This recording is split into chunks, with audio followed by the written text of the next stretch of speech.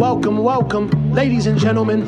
Let's get started. Straight from New York, yo, this handsome man, You yo. are now tuned in to Aljo, the funk master. Watch your grill, you'll get knocked out cold fast. And talking shit, now we talking facts. Whether mount or off the back, you in trouble, came to burst your bubble. I don't shelter punches, they find home on your mind about a double. This the weekly scraps. You don't need a map, GPS, I'm right here to lead it that. Right. The world doesn't know it needs, but I grow the seeds, planted fucking name and the fame. Only legacy remains. Remember the name, Aljamain Sterling.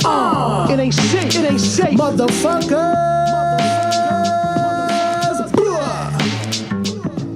What's up, guys? Welcome back to the weekly scraps, episode 218.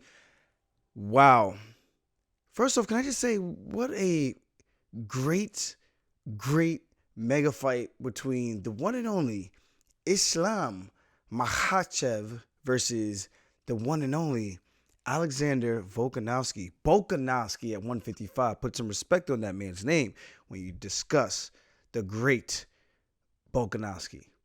Man, I will say right out of the gate, very, very competitive and entertaining fight. Having you on the edge of your seats, just wondering what's going to happen.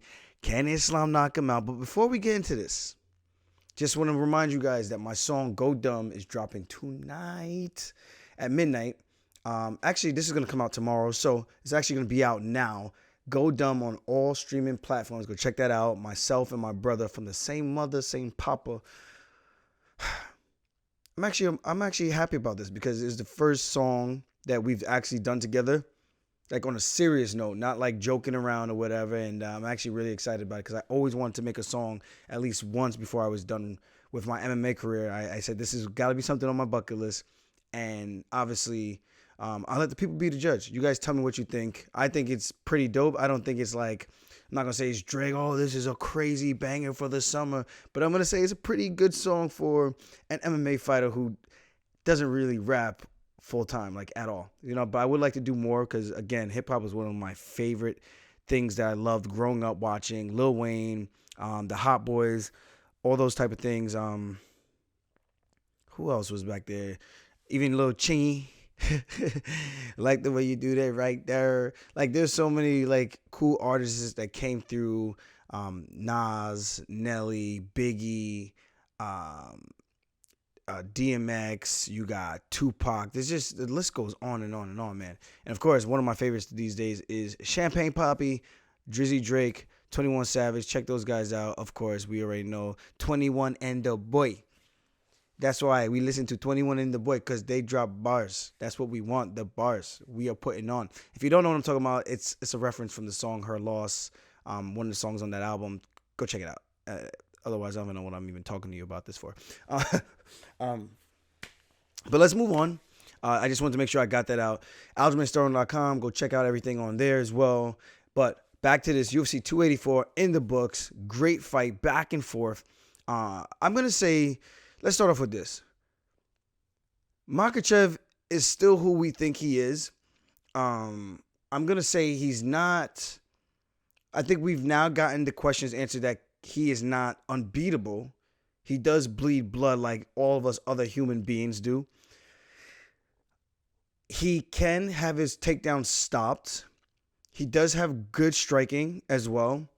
And if you can stop his takedowns and you take him to the later rounds, you can pose some troubles with him where he did look like he was slowing down a bit. Of course, that last minute where he got taken down and he pulled guard and Volkanovski starts trying to land as many punches as he could, even though he did a very good job. Makhachev did a great job defensively in that guard, trying to be as responsible as possible, even while he was pretty damn tired. I think he would admit that he was pretty damn tired at that point as well. But Volkanovski did what he needed to do, try to put on like the burners at the end. And again, it just goes to show that, yeah, people give these guys a lot of praise, and I'm not saying that they shouldn't, but I think you have to also respect other fighters, because one of the things that definitely annoys me is that a lot of the fans from the Caucasus regions, particularly the Dagestanis, the Chechnyan fighters, and I like those guys. I'm friends with Timur. I'm friends with, I don't want to say like friends like we hang out all the time, but I'm friends, very cordial with Umar, Khabib. Whenever I see these guys, it's like they're cool people. But the fans from that region just tend to be like you can't do an analysis on the fight, because the moment you say anyone has an ability that's good in this, like, you give credit based on what you've seen this athlete do in previous fights. The moment you say that athlete does a great job with this, they go, no, you're just a hater. And I'm going like, how am I a hater if I'm analyzing and breaking down the fight? If I'm going to make a bet, which I don't do, but if I'm going to make a bet, if I'm going to make a pick, I got to watch the fights. If I'm going to fight these guys, I got to watch the fights. I got to see what they do well, what the other person does well. How can I use my strengths to my advantage? And that's what I do. I break down fights. I analyze them to see where they have the strength. Volkanovski, to me, still has the advantage in the striking department. Yeah, there's a size discrepancy. So when Makhachev cracks Volkanovski, when he's coming in, yeah, it looks bad. Like, Volkanovski ran into a lot of punches that I've never seen him do against anybody else. And Islam did a great job just being patient and letting those strikes come to him, which is one of the things I thought he did extremely well in this matchup. With that being said, it's hard to give a criticism, and criticism could be good or it could be negative. And most people look at critiquing as it has to be negative. I'm like, no, I'm going to ask you I want you to criticize my work and let me know what you thought I did well, what you thought I did bad, or what I could do better. That's critique.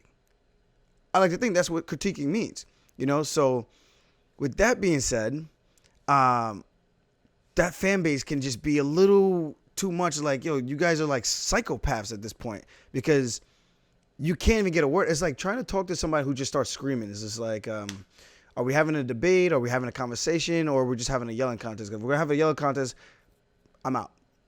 And that's pretty much it. Because I'm just like, I see these guys, they comment and be like, you're an Islam hater. I'm like, dude, I love watching Islam fight. I love watching Khabib fight. I love watching Umar Nurmagomedov fight. I even watch his brother Usman Nurmagomedov fight. I like watching Saeed Nurmagomedov fight. I like watching Shavkat fight, Hamza. I watch all these guys fight. I'm an MMA fan.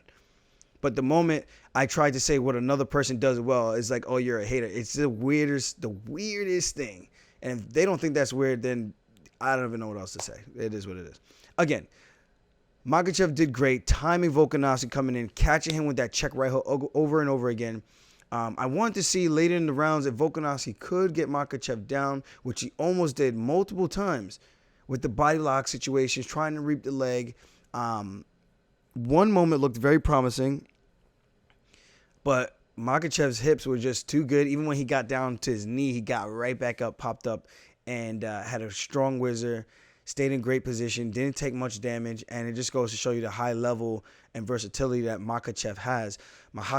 Now, giving credit to Volkanovski, stayed in there, was in tough positions, even though he got taken down, didn't panic, didn't take a lot of damage when he got taken down, and that's what the fight was. And even when I was breaking down this fight, I go, if Volkanovski can get taken down, or should I say when he gets taken down, because that's what I said too. I said when he gets taken down, unless he knocked him out cleanly, can he minimize the damage?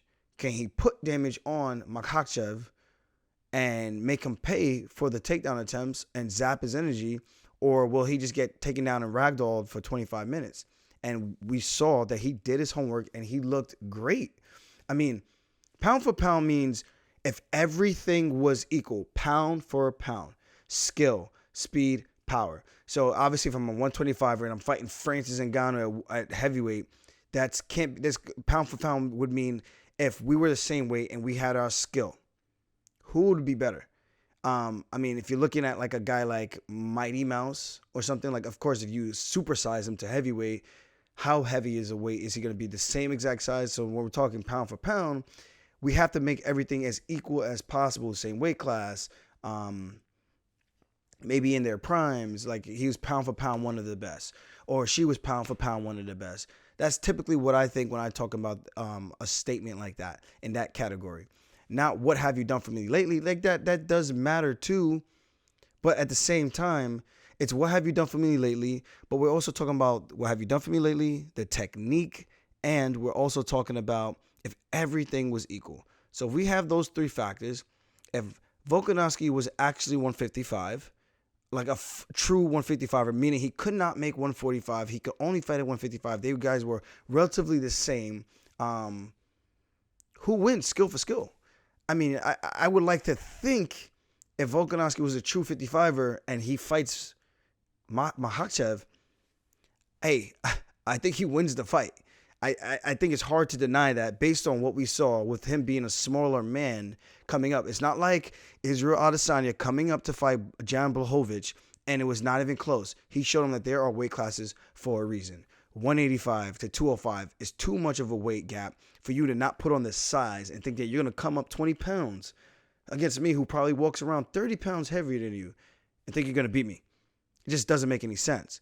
Like, I'm not saying it can't happen because you see people get co-clocked in the street all the time with size discrepancies, but we're talking about two high-level trained professional athletes. They get in there, they make the competition. One's the champion 185, one's the champion 205. He goes up 20 pounds, walks in the cage, I think they said like 195 or 200, and he's fighting a guy who cuts down to 205. He's already given up the size advantage on top of what he's going to rehydrate to, probably 220, 225. Pound for pound, who is better? That is a big difference between that performance and this performance.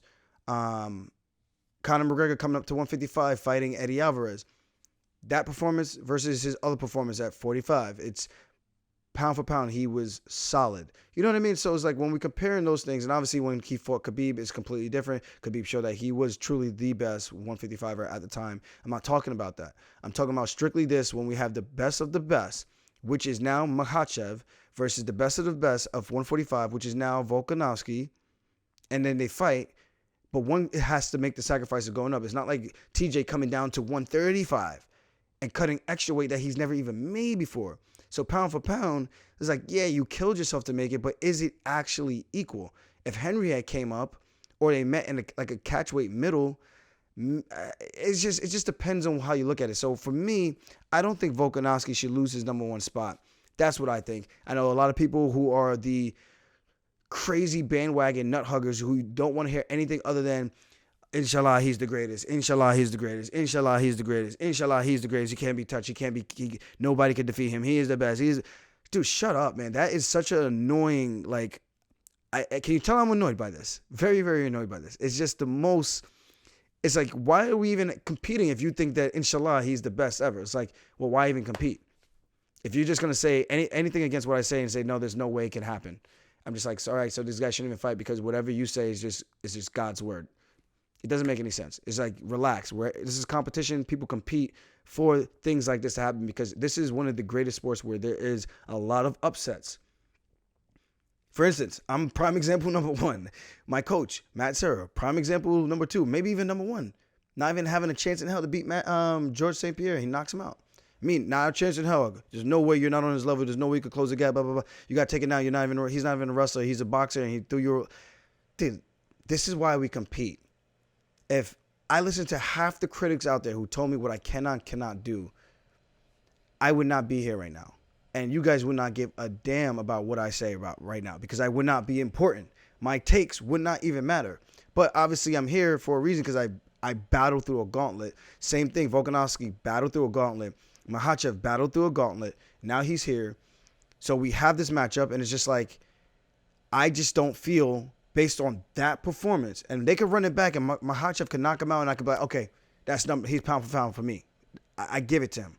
But based on that performance, you can't go tit for tat where some people think that you actually lost the fight for you to say that you take the number one spot because you beat the smaller man. That doesn't make any sense. Yeah, he fought at the same weight class as you, but come on, in history, we know he is a small man. We know Makhachev cannot, by any means, unless he's sick on his deathbed, make 145. It just wouldn't happen. You know what I mean? So pound for pound, I still think Volkanovski holds his spot. Makhachev should be number 2, number 3, whatever, still floating around there because I think he showed some chinks in his armor that he is good, but if someone in that weight class, let's say a Beneil Dariush, let's say a rematch between Charles Oliveira, I don't even know who else is that good. Maybe a rematch between Sharyukin. Who else is there at 155 that's an up-and-coming? Fiziev, Rafael Fiziev. These are good matchups that could give us a lot of answers in terms of where Makhachev really is in this pound-for-pound list that everyone cares about. To me, the pound-for-pound is so subjective that does not even matter. I really don't care about it. I know the fans do, and I'm saying if I had to go by this list, a pound for pound, I still think Volkanovski is number one, and Makhachev would be number two, just based on that performance. Because if they're that neck and neck, with one giving up 10 pounds to the much bigger man, and he fought his ass off like that, guys, give credit where credit is due. Makhachev won the fight, yes. I didn't know which way it was going to go. I thought it was going to be a draw. And if it wasn't a draw, I thought it was going to be leaning towards Makhachev. I have to go back and watch it again and see what I really do think. And another thing, Makhachev had Volkanovski's back multiple times.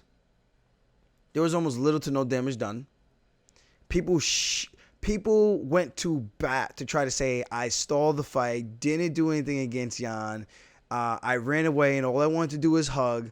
But again, this is what I say. It's like when these other guys do it from the other side of the world, the Europeans, I don't hear like the same, at least in my comments, I don't see this. I don't see people on my Twitter line, on Instagram, while I'm looking at the posts from the UFC, ESPN. I don't see the fans, whether they're hardcore or casuals. I don't care. I just don't see them jumping at him and criticizing him doing that. But when I do it, it's an issue. It's like they expect me, maybe because I'm black, that I'm supposed to go out there and just start throwing hands. I'm like, no, I actually like grappling. I'm a very good grappler, and I'm going to stick to what I'm actually good at. So if you want to call me the black Khabib, you want to call me the black Dagestani, the black Georgian, the black Chechen, whatever you want to call me. Black Jamaican, Chechen, black Jamaican, Georgian, like whatever, dude. Like at the end of the day, I'm using my grappling to my advantage. But when I do it, it's a problem, and I'm actually looking for submissions. I'm not saying Makhachev wasn't, but Volkanovski did a very good job of neutralizing the wrist control and making it extremely difficult for Makhachev to submit him. And that just shows good defense. So what Petr Yan did, the same exact thing. Great defense. They both did their homework. Volkanovski did his homework. Petr Yan did his homework. They both survived in those positions. They didn't take a lot of damage, even though I will say that Yan took more damage than Volkanovski took in damage in this 25-minute fight. In my personal opinion, you could go back and watch the strike count and see who actually threw more punches in that position and did more damage. And you guys be the critics there. And leave the comments. Let me know what you honestly do think, because I remember from my fight, watching it multiple times and watching that fight, Makhachev had a lot of control time, but there wasn't a lot of damage done in those positions. And then on top of that, when Volkanovski was giving up his back in that fourth round, I didn't know how to score that round. And I jokingly said it's a 10-8. Guys, I know it's not a 10-8. I jokingly said that because he's playing to the crowd while he's in a bad position, not in trouble, in any threat of any danger, because he's not being actively having to defend submissions or Kimura locks, arm bars.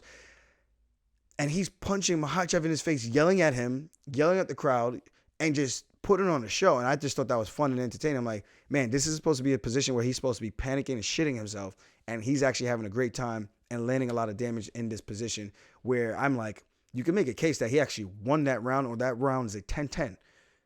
Like, you can't have a dominant position and get beaten up more in that dominant position and be like, yeah, I won the round. It just doesn't add up. But hey, what do I know, right? I don't know much. I guess people don't, whatever. Either way, great fight, man. It had me on the edge of my seat the entire time. Like, yeah, it wasn't this crazy war, but you had this tenseness. Every time Makhachev got him down, you're like, oh, it's over. He's going to submit him. And then Volkanovski survives. He gets up and he's just like, yeah, I told you. If I get taken down, good luck trying to finish me. Like, I put myself through the ringer, and I know I'm ready for this. And then Makhachev will crack Volkanovski. And I'm like, oh, he's about to knock him out. Islam was right. He's about to knock him out. He wants to knock him out, and he's going to knock him out. Then he survives, and he comes back, and he pushes back and throws his own combinations. Great fight, man. Back and forth. I do hope at some point that they do it again. But I would like to see both these guys stay in their weight classes, fight the next true contender. And if they both win, maybe we could have that conversation again, because I don't think there's any other clear-cut contender at 145 or at 155. Like, you got Max Holloway. If he loses to Arnold Allen, I think you can make that case that Arnold Allen should be next, like, for sure. And he shouldn't have to wait or have to do another one. And then you have Charles Oliveira versus Dariush, who I do think Dariush should just not have that fight and just go fight Islam Makhachev. Let's book that now. Let's book that now for a couple months down the line. Even if it's in October, just give Dariush the title shot that he deserves. And let's see what happens. That's just my personal opinion. I like to do things on merit. And we get into the sport because we could kind of control our destiny. but you shouldn't have to change who you are. And if you don't want to talk shit, man, you shouldn't have to talk shit to sell a fight, to be a character, to get people to want to watch you fight. If you're good at your job, you are good at your job. As long as you have the opportunity to perform and show that for the fans, that's all that matters to me. I do enjoy a good trash talking, but that's just me personally. It just makes more at stake and more in line, and I'm just excited to see what's going to happen at 155 and at 145, because now I think that fight has sparked new life and new momentum. I think Islam actually showing that he could be hurt. I mean, he got dropped in that 5th round. I mean, he might not say he did, but dude, you got hit and then you went down and then you shot like immediately right after. And I think that would be the definition of getting dropped. I'm not saying he was like hurt, like, oh my God, he was almost knocked out, but he got cracked. Maybe saw a quick flash, dropped down, and then shot in. Volk stuffed it, and then he pulled guard, and then he ended the fight on top, throwing punches. You know, so that's pretty much it. So at the end of the day, it was a great fight, and I think that just shows the 155ers like, hey man, if we actually do the right work, and this is what I don't understand. The Dagestani guys are great at what they do, but there's also a deficiency in the defense of what the other fighters have been doing. They're not doing their horn. They're not doing the 2-on-1s. They're not isolating the wrist. They're not using the cage to the advantage to stay up, not use it as a hindrance, meaning you get taken down and it's your enemy. Use the cage as your friend to stay upright. Make him work. And not just Makhachev. Make anybody work. Anyone who's trying to crotch sniff you. You're a crotch sniffer. They don't like crotch sniffers, but you can't stop the takedown. That's your problem, not mine. If you can't do the homework, Volkanovski is a prime example of someone who's not a wrestler, been taken down by Max Holloway, been taken down by Chad Mendez. He's been taken down by a couple of people at this point, and he showed that if you do the homework, you can either survive, you can escape, you can stuff takedowns, and you can do damage. So if you can't do that, the problem is within you and your camp, and you need to figure that out. Do your homework. Like Dana White says, be Volkanovski. Don't be Joe Pyfer, be Volkanovski. For this one right now, like Joe Pyfer when you need to be Joe Pyfer, but right now be Volkanovski. If you want to learn how to stop takedowns, do what he did. Follow the blueprint, and that's your recipe for success. That's it. Mic drop.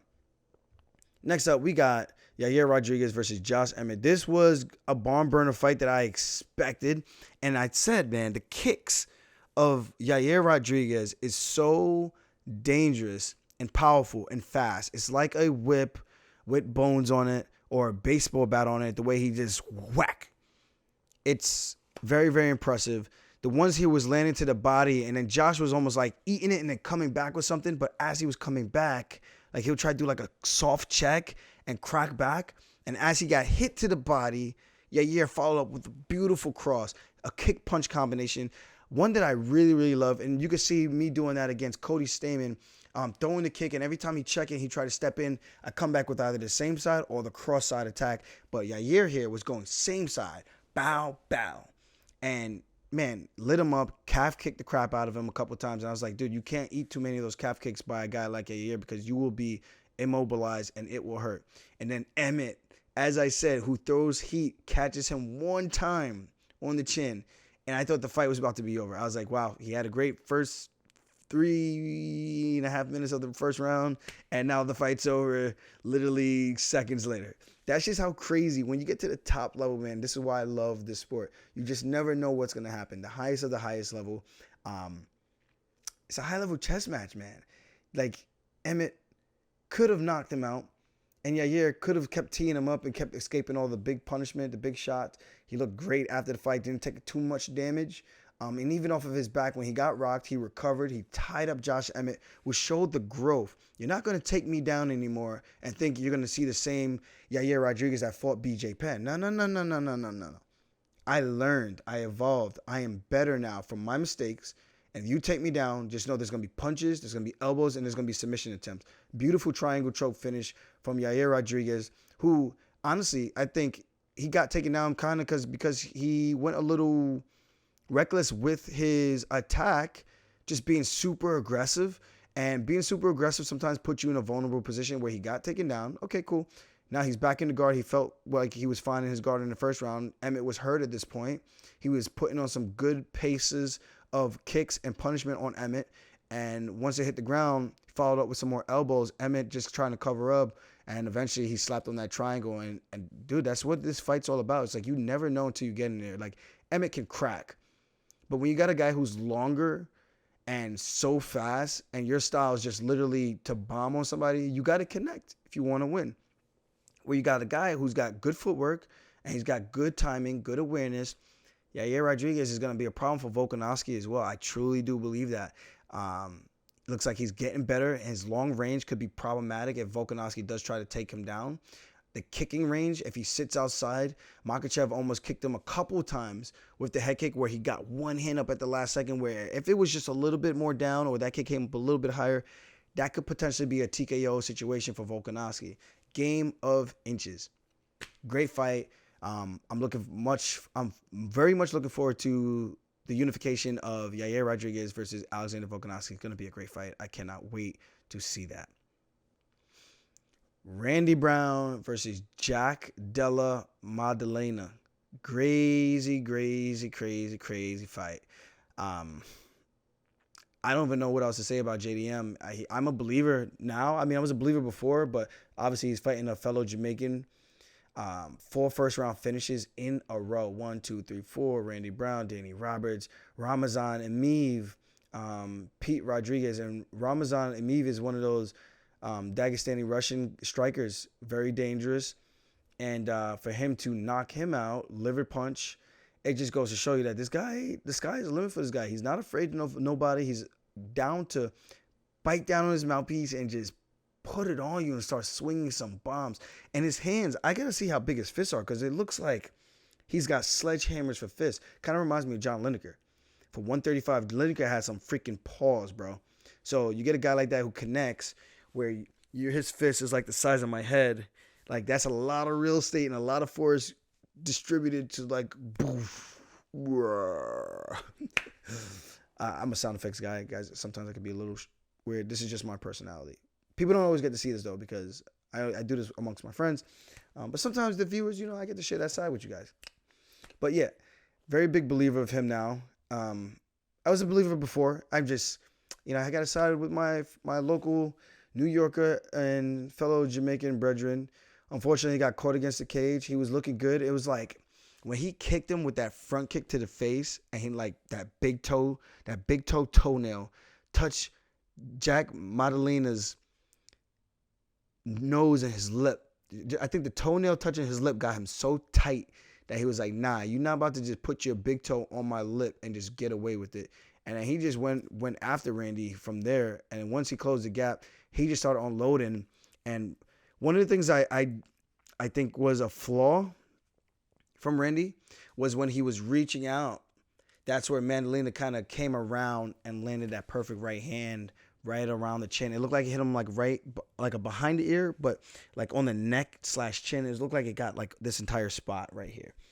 And his whole entire equilibrium just went and he face planted. And that was tough, man. That was tough to watch because like, I'm glad Jack didn't like kill him in that position because that could have been really bad. You see some career-changing, altering fights in situations like that where guys face plant because it's a double knockout. Like I fell face first against Marlon Moraes and I was very nervous about that. Meaning like, what would my chin be like afterwards? Could I take another shot? I got crushed with a knee and now landing face first with free falling, boom, top of my head. I was like, that's not good. So yeah, I was kind of worried about that. Hopefully he's good and it's not going to be too much. But again, just going back to the defense, you see DC will always do the mummy defense and then he'll swipe as a smaller guy at heavyweight and tie people up and then he'll take them down or throw them. But that defensive style is so dangerous. And I feel like he did that against John Jones where he pushes his hands out a lot and that's why he got caught with that head kick. Go back and look at that and you just see the tendencies where John was able to pick up on that. And they even had a back and forth where he's like, "What, you gonna throw the left kick?" You're like, "We know that's my main vulnerable spot where we know where we could get in trouble." And guess what? It eventually did happen, and he caught him with the left high kick. So yeah, man, it's just one of those things. I think one small mistake. I'm not saying like that would have changed a whole lot, but you watch Maddalena in the pocket every time Randy's jabbing, he's like slowly parrying, the other hand's protecting, and he's getting his hands up in the right places to defend, absorbing shocks to his forearms, to his hands, not really taking anything solid on the guard. Like Randy was landing these spot on shots that could not get through the guard of Madalena, and he still was seeing everything as he's moving, parrying, looking for counter combinations, and pressuring Randy Brown backwards. So beautiful fight for him. I'm going to have to watch that again because I want to take some notes and see what he was doing that was super high level with his defensive guard and see how I can use that for myself. I think that's really all we're going to talk about. This is going to be relatively short. I got a lot of fights I need to catch up on that I didn't get to watch. So I watched pretty much the majority of the main card. I missed the first round of Jimmy Crute. I heard that was crazy. Ended in a majority draw. Justin Tafa sent Parter Porker to the gulags. I don't even know what Parter Porker was thinking to run in like that and just get into a firefight. Like, it was almost as if he was bored and didn't want to take his time, which I found really, really odd. Because I'm like, dude, take your time. This is not a sprint. Take your time with Tafa. Don't go running in. He landed the perfect left hand right on the button and put him out. So I look at that, and he's come a long way from when he fought John Jones back in 2008 and finally making his UFC debut. Good for him. It's just, again, I just think he made a hasty decision trying to really push the pace that fast and got caught, man. And these things happen. So hopefully he can bounce back. That's now 2 in a row for him, 2 losses, 2 finishes. Rear naked choke in round 1, and now counter left in round 1 as well. And his other loss, his UFC debut to Chris Dawkins, was a TKO loss in round 1 as well towards the end of the round. So I know that could be a little frustrating. But yeah, I see these guys, I'm like, what's the point of doing an entire training camp if you're going to go out there and just kind of just go the caution to the wind like that? I mean, I guess you can get lucky a good amount of times where you could get to the UFC, a good amount of times where you could win a couple fights. But you get to a guy who's like a Tafa, takes his time and pinpoint accurate and just waits for the perfect shot. I'm not saying he could have slept Tafa. A couple of those shots were close, but he didn't. So it's the game you play. You play a risky game when you fight like that. And of course, it's more exciting, especially with the big boys. He brought the heat, which we all like to see. I am a fan to watch fights like that. But you would not see me go through a 10-week training camp just to go out there and fight like that. I did that against Jan, the first one, because I explained the story ad nauseum already. And again, I just thought that was my only way of winning because I was so exhausted coming into the fight for whatever reason, not eating properly, maybe not rehydrating all the way, but I think it wasn't, rehydrating, eating properly. And I had no energy. And I thought, okay, let me just gas pedal him. Maybe I could get him out in the first round like I did Corey Sandhagen. It did not work. It didn't work. And it was a terrible game plan, But whatever. That's all we got for tonight, guys. Thank you guys for tuning in. Remember, go check out my song, Go Dumb, myself, Troy Grimes, my brother, Troy Sterling, on all streaming platforms. Go to my website, aljamainsterling.com. I thank you guys for always tuning in, showing some love. If you got some questions, drop them in the comments because we got some fights coming up this week that I can't wait to talk to you guys about. Naseem Sadikov is going to be fighting at the Apex this weekend. I'll do a breakdown on that fight later this week, so I'll be in the building for the Apex. I'll see you guys there. Thanks for always tuning in. And if you like my shit, subscribe to this shit. Or spin it back fist, baby. Bow, bow, bow, bow, bow. See you guys later. Peace. Yeah.